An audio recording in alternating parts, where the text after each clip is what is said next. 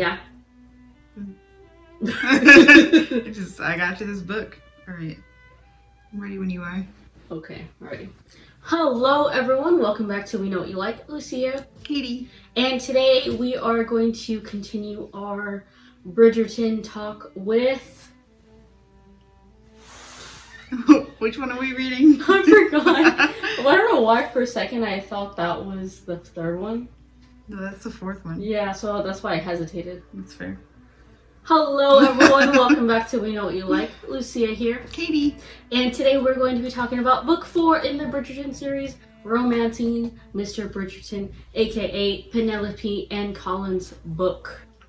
Ta-da! We have a new location for today. Woo. Welcome To my bedroom. to Katie's bedroom. But, so yes, on the right, your left, I don't know, we have Fan. Nice to meet Fan. He's a fan of us. Purple. Yeah, purple's nice. But anywho, on a scale of 1 to 10, how much would you say you were looking forward to reading this book? Like a 9. Yeah. Yeah. And why did you want to read this book in particular? Colin and Penelope are probably my 2 favorite characters. Mm-hmm. So I was interested in reading from their perspectives. Right. As well as their love story. Like, because of the second epilogues, I already knew they ended up together. Mm-hmm. But, like, finding out how it got there, especially after he announced publicly he wasn't going to marry her anyways. So, like, I wanted to see how it happened. I agree. If you're here, then you already know I read this series a long time ago. At this point, I'm a broken record. But I'm going to say it in case you're new here. I have read this series a long time ago. And so when the Bridgerton show came out, I was like, wait, I'm pretty sure I've read the series.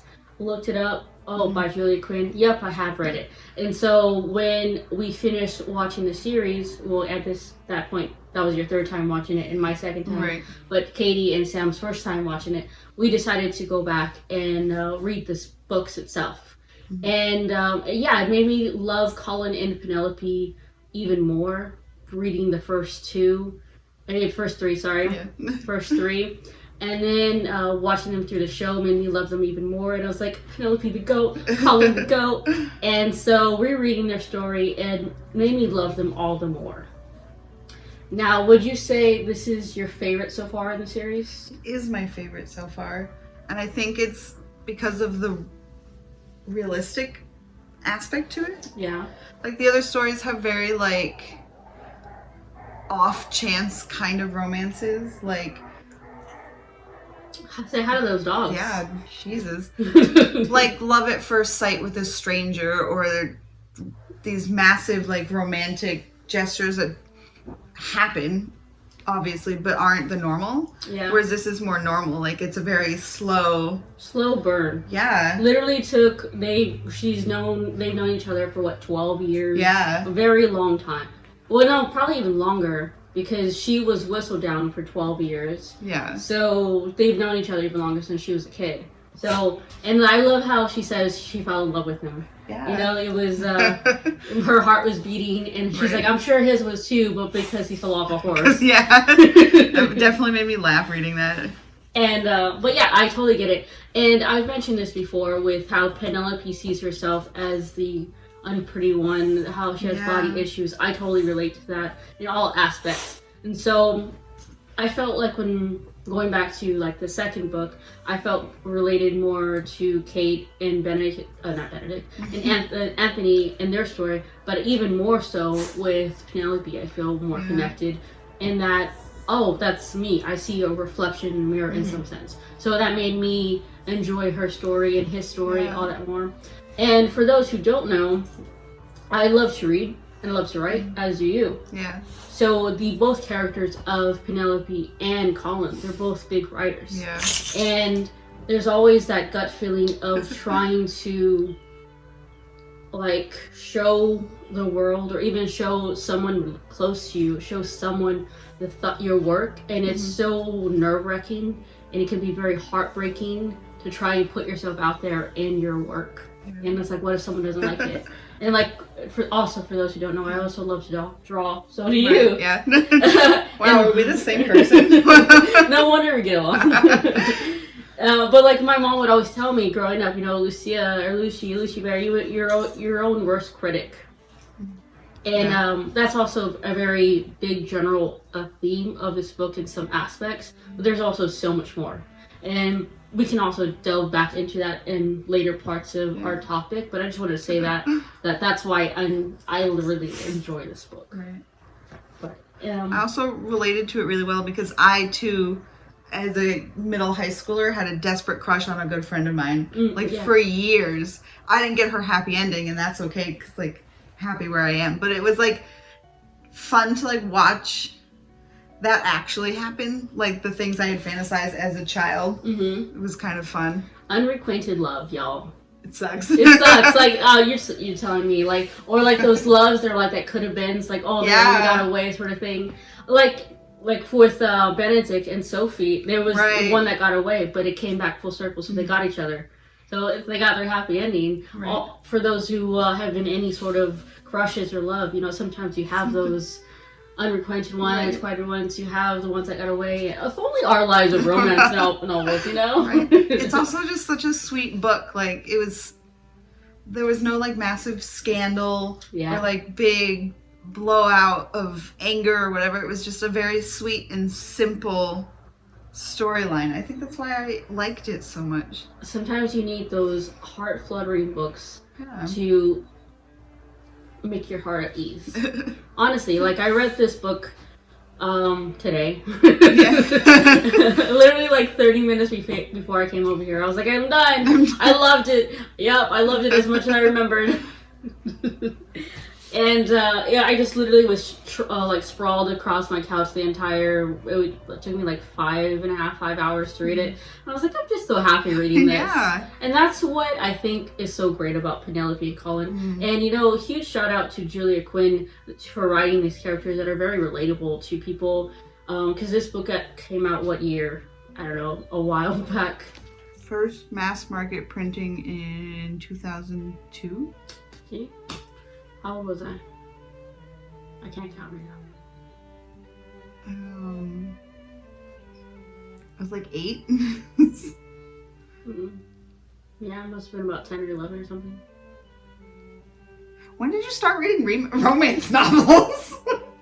When I was like 13, I think. That's fair. Blame my grandmother. Let's see. And my mom. Yeah. The original copyright is 2002. Yeah. But shout out to Julia Quinn for honestly writing such characters that are very relatable and it's very heart fluttering.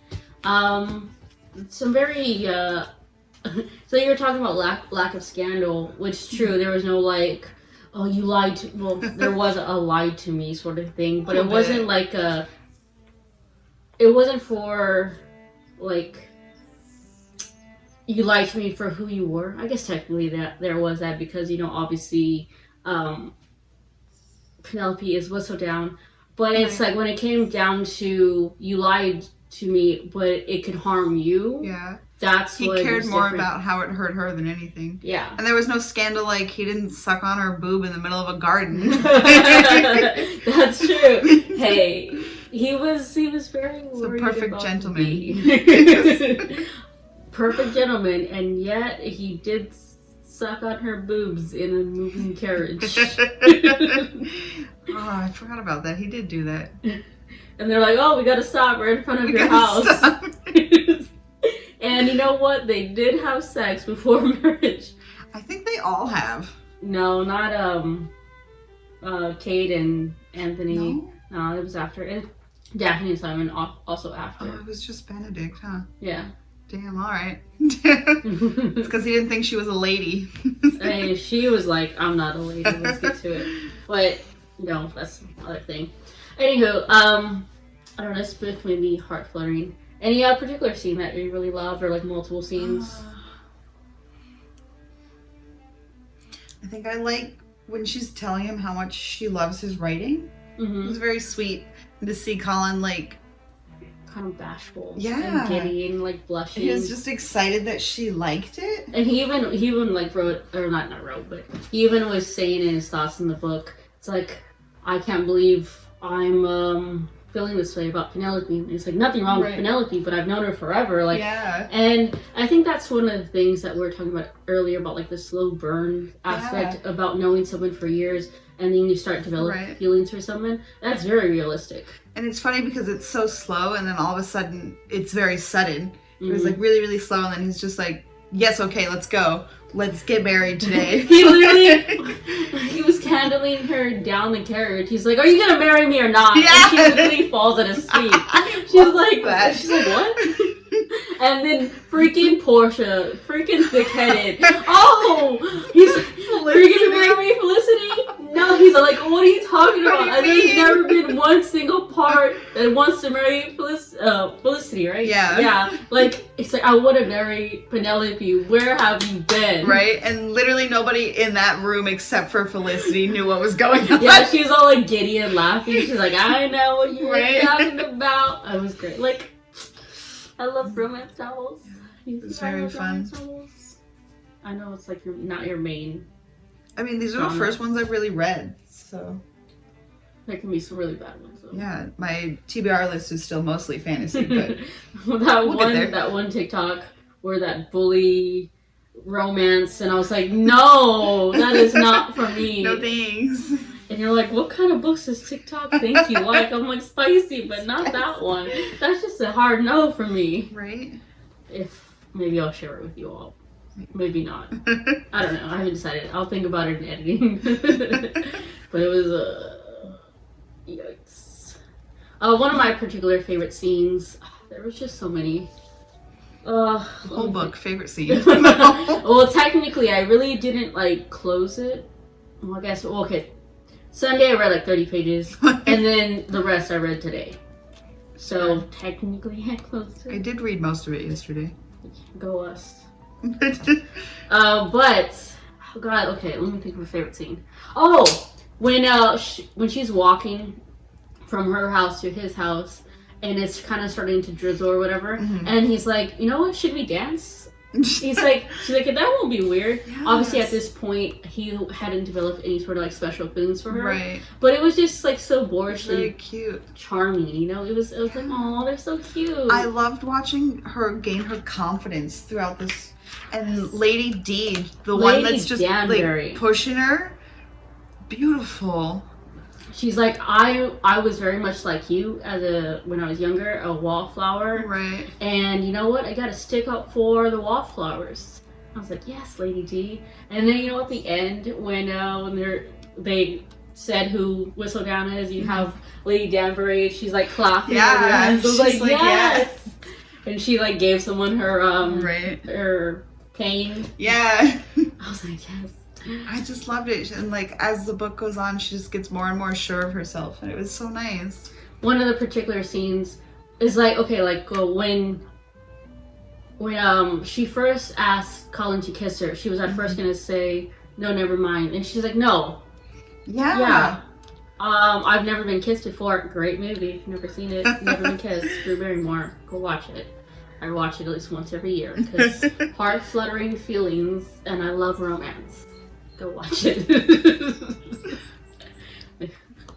Anywho, she's like, yeah, I've never been kissed. I'm 28 years old. I could die tomorrow. Yeah. That's what she said. She did say that. And he's like, you're not gonna die.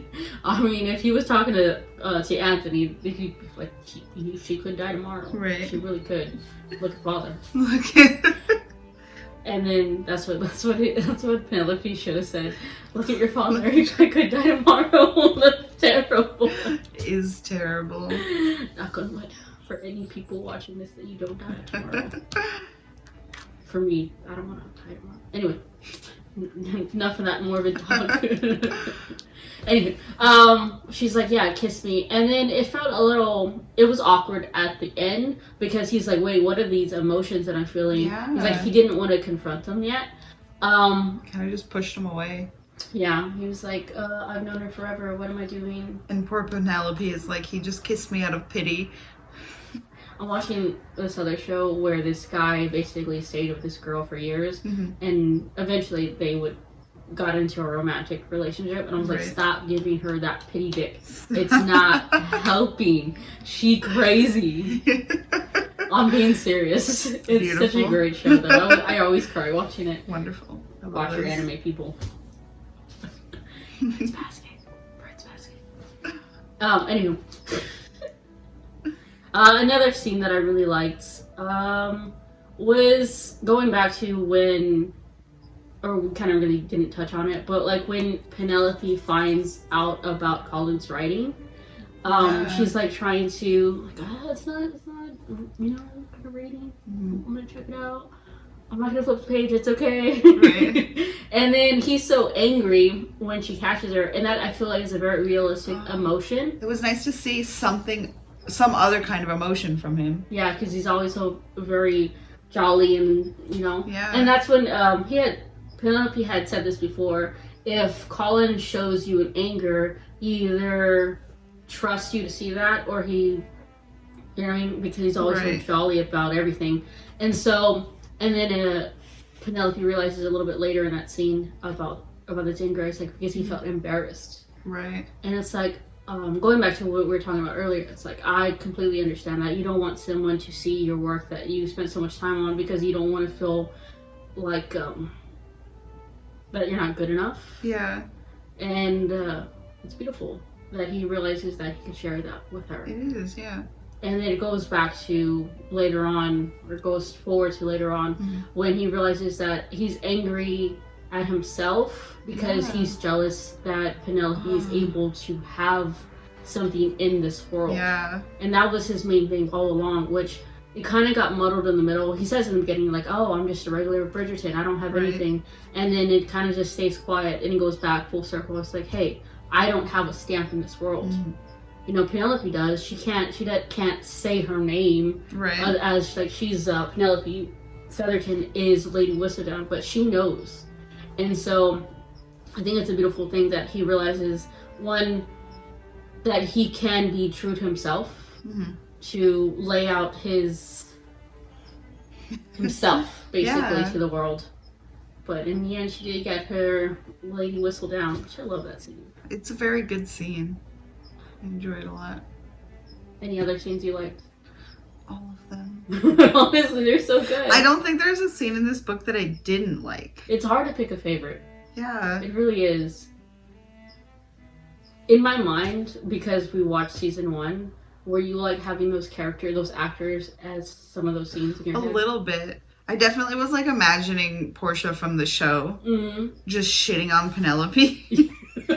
You know what? She was a little bit nicer in the book though, because she is a lot nicer in the book than she was in the show. She's all like, you know what? I thought we were gonna grow old together. Yeah, but it was almost a little bit sweet. Yeah. She was like, okay, neither one of us needs to be alone. We can grow old together.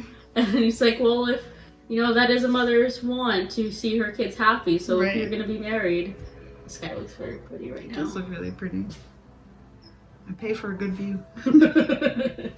Blocked by a fan. Listen, it gets hot. No judge. It gets hot in rooms. And then another scene. How angry were you? Or were you angry when Neck freaking, what's her name? Oh, I always forget her damn name. Cressida? Yeah. It's like, I'm Lady Whistledown. I was just like, yeah, okay, honey, like, good try. No one believes that. But it was interesting to, like, part of me was glad that she married some man and then he died and she has no money. And I'm like, good, you deserve that. Because she's so mean. Yeah, I love that. Penelope was like, it's okay if I never get acknowledged, but that bitch cannot have it. It frustrated me so much that Colin couldn't understand that. It didn't matter if no one ever knew it was her, as long as they didn't know it was Cressida. Like, imagine if, because, you know, she's a widow, so she could have had sex with multiple people. Right. Imagine if, because some books are like this, romance novels, that Colin had an affair with her at some point. Like, imagine that. No. It's gross, right? Like, ugh. Yeah. But, like, also, Cressida's the person who was constantly bullying Penelope. Mm-hmm. And then for her to try and take credit for the one thing that Penelope is incredibly proud of in her life. Like, I get that. That's a big old no. And I was like, Colin, just, why don't you understand? Guys, right? But I feel like, because at that point, and then he realizes, I think, after this conversation, it's like, oh, it's because Penelope has something, her life's work, and then he changes his perspective. Right. So, good for you, Colin. Because at first, all I cared about was how it would ruin her. Yeah. Man, right? Yeah. She's already on the shelf. What do they call that? Spinster. Spinster. Always thought that word was funny. Yeah, it always makes me think of some old lady that's like sitting in her house, like making yarn on one of those old-fashioned like yarn wheels. Oh yeah. And like 20 cats. Just like, yeah, that's what the word makes me think. I don't see Penelope having a cat. No, I don't think so. She's like a dog person. Probably. Or like a hamster. I don't think they kept hamsters back then. No, they'd probably like kill them or something. Okay, what else? I did kind of want to talk about the fact that when they were at the musical, and Lady Danbury was like, I don't think Lady Whistledown will write about this musical because 3 of the 4 girls don't know that they suck, but that one who does know that they suck, you know, she's very much a similar position as Penelope, and like Lady Danbury, she's like, she would feel hurt by those words. And that's what Lady Whistledown in a sense was. She was someone who, for me personally, delved deep into the minds, into the land of the Tun, or the Tun, however you say it. I don't know. I always say Tun in my brain. Yeah. Correct us if we're wrong. Nicely, though. Or not. Fuck that. Whatever. We're probably never gonna make it to it. But plot twist is just Christine yelling at us. Hi, Christine. Anywho, but she's also wasn't mean. No, she was just honest. And that's the type of person I like. Yeah. You can be honest without, or like blunt without being a bitch. Yeah. You can state a fact and it may sting, but it's not necessarily mean. Yeah. People can state things, but honestly, it depends on you, your own emotions, and how you take them. Right. Yeah. So, I don't know. Anything else you want to talk about? What are some other things? Oh, there's so much. I just enjoyed this book. It was very fun to read. I think I just loved how sweet it was. Heart flutteriness is always nice. I have to say, I'm a little bit confused with the second epilogue, because the second epilogue for the Duke and I think, when they come to see Daphne and Simon, because Colin and Penelope's son isn't speaking like Simon used to. Oh, yeah. The end of that epilogue is a Lady Whistledown article. Stating that I think it's time I come out and say who I am. Oh. Unless I had a fever dream and that's not a real thing. Okay. Definitely not in this one. No, it wasn't that one. Y'all, I might be crazy. Maybe I did have a fever dream. I'm so confused now. Why do I have a memory of reading that? Alright, I might be fucking crazy. I could have swore. Oh, this is what I read. Okay. So it's at the end of this. The end of Benedict's story. Lady Whistledown sets down her quill and walks through a window. Time for something new. Time to finally be me. This is before that. Interesting. Yeah. Because remember, there was like 6 or 7 years in between. Yeah, Benedict I had read it in a second epilogue, which all take place after these. Yeah. But it's the first epilogue. Gotcha. At the end here. Gotcha. Now I understand. All right, scratch the whole thing. Scratch. Never mind. All good. Figured it out. Good Penelope book. 10 out of 10. Colin, 10 out of 10. would read again. Oh, I loved also that she's writing a book. Yeah. And it's called like The Wallflower. I love that. It's so cute. Do you think she wrote Perks of Being a Wallflower? I was obsessed with that book in high school. I don't remember if I read it, to be honest. Maybe I have. I read it like repeatedly for a solid year. And then I was like, why am I obsessed with this? And I put it away and I never touched it again. I for sure saw the movie, but... Well, that's because Emma Watson was in it. I don't remember why I watched it. A lot of people watched it because Emma Watson was in it. I think that probably helped, but... It was the first movie she did after Harry Potter. Yeah. I think I have read it. It's when she chopped all her hair off. Mm-hmm. I think I have read it. And another thing, speaking of like the second epilogues, for this book in particular, how Colin was like, don't tell Eloise, and then he's like, oh, maybe you should tell Eloise, and then Penelope's all like, oh, don't, like any sort of thing, yeah, and then she's like, I'm Lady Whistledown, Eloise. Oh no, Hyacinth told me. Right. And then Colin's like, what the hell? I told you I was gonna give you 20 pounds. Which honestly, like, mood of having a lot of siblings, there's no secrets. Yeah. And then Eloise is like, I'm glad you didn't tell me, I wouldn't have been able to keep my mouth shut. And we were talking prior to all of this, and I was like, I feel like Penelope and Eloise, fucking goats. I absolutely love their friendship. I even discussed like like soulmates and like kindred spirits, and I personally think that soulmates, flames. Like their soulmates don't need to be in a romantic sense, maybe in like a past life or something. But like to me, soulmates are just people or animals or something that coexist in all sorts of time frames. They find themselves in each new life cycle or whatever. Yeah, and I feel like belief maybe. That's just how I feel like Penelope and Eloise are. Yeah. And Eloise, she's like, I'm so proud of you, telling Penelope that I'm so proud of you. And it's like, you did it all. Right. And, Colin, prior to this, Colin telling the world, like, my wife is so beautiful, she's amazing, this and that. She's Lady Whistledown. And we already spoke about how Lady Danbury was, like, going like this and everything. And, like, that's my granddaughter sort of thing. I was like, yes, that's my sister.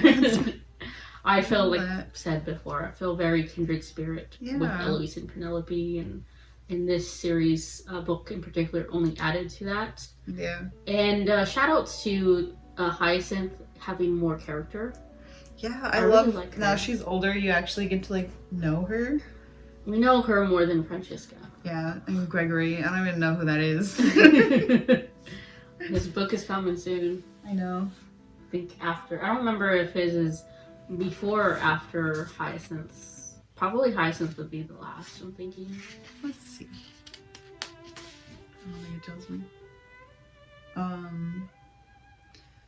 When he was wicked, that's Francesca. I remember liking that one. It's in his kiss, so I'm pretty sure that's Hyacinth. And then On the Way to the Wedding. On the Way to the Wedding is definitely Gregory. So Hyacinth is before his. Man, right. Which kind of checks out because it seems to be the trend that men marry later in life. Yeah, that makes sense. And then there's a Happily Ever After. Yeah, so the Happily Ever After has all those second epilogues. Okay. Plus like a story of Violet's of like, I think how she met her husband and cute. they fell in love. And then there's a prequel series. And then Bridgerton. Oh, I don't think I've read those. And then there's the Smith Quartet, which are the people that put on bad musicals. I've read those. They're fun. Are they? Yeah. And then there's all of this. Is this all in the same universe? Yeah. Damn. I thought Cassandra Clare had a lot of books. Yeah, no, romance authors, they're like, whoa! Yeah, I've seen Nora Roberts' shelves. My room. Anywho, would you recommend this book? I would recommend this book. Would you recommend the other books in the series? I would. It would. It's funny because after I had finished this, I had like posted it online, and Allie had asked me if they were worth reading, and I was like, for sure, like if only to get to that book, worth it. It's very good. Yeah. No, I loved that. That Colin wrote a book, and Penelope is his editor, and all that stuff. It's really cute. And then, and at first, Penelope didn't want Colin to say who she was because she was thinking about his dream. And I was Yeah. like, why are these people just so great? They're so wonderful. Like, I Perfect. just love them. Best ever. 10 out of 10. Go read it. Go Stop watching this and go read it. read it. Anything else you want to say? I don't think so. All in all, I love this book. She loves this book. I hope you enjoyed us gushing about this book. I hope it's a nice change from book 3 that I'm gonna tear apart, so. Don't like this book. You like some parts of that book. I liked some parts. Until next time, thank you everyone for watching with us. This is Lucia Katie. with We Know What You Like. Meh. Go.